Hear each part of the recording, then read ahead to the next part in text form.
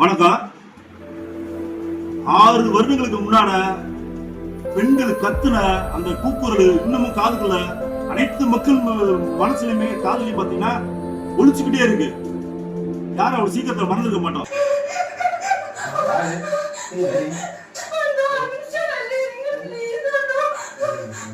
பெண்களை காதல் வலையில மட்டுமல்ல, நட்பு ரீதியாகவும் நண்பனா பழகும் சொல்லி ஏமாற்றி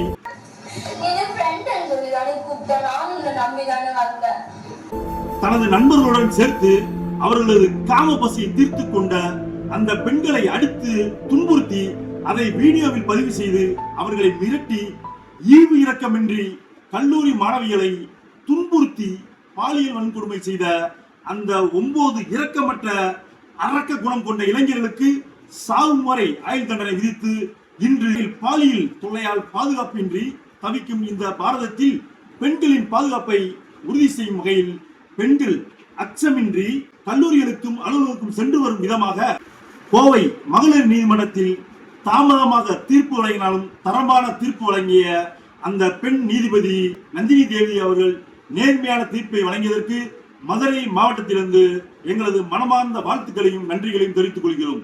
உங்கள் ஜெசி, சுற்றுச்சூழல் சமூக ஆர்வலர்.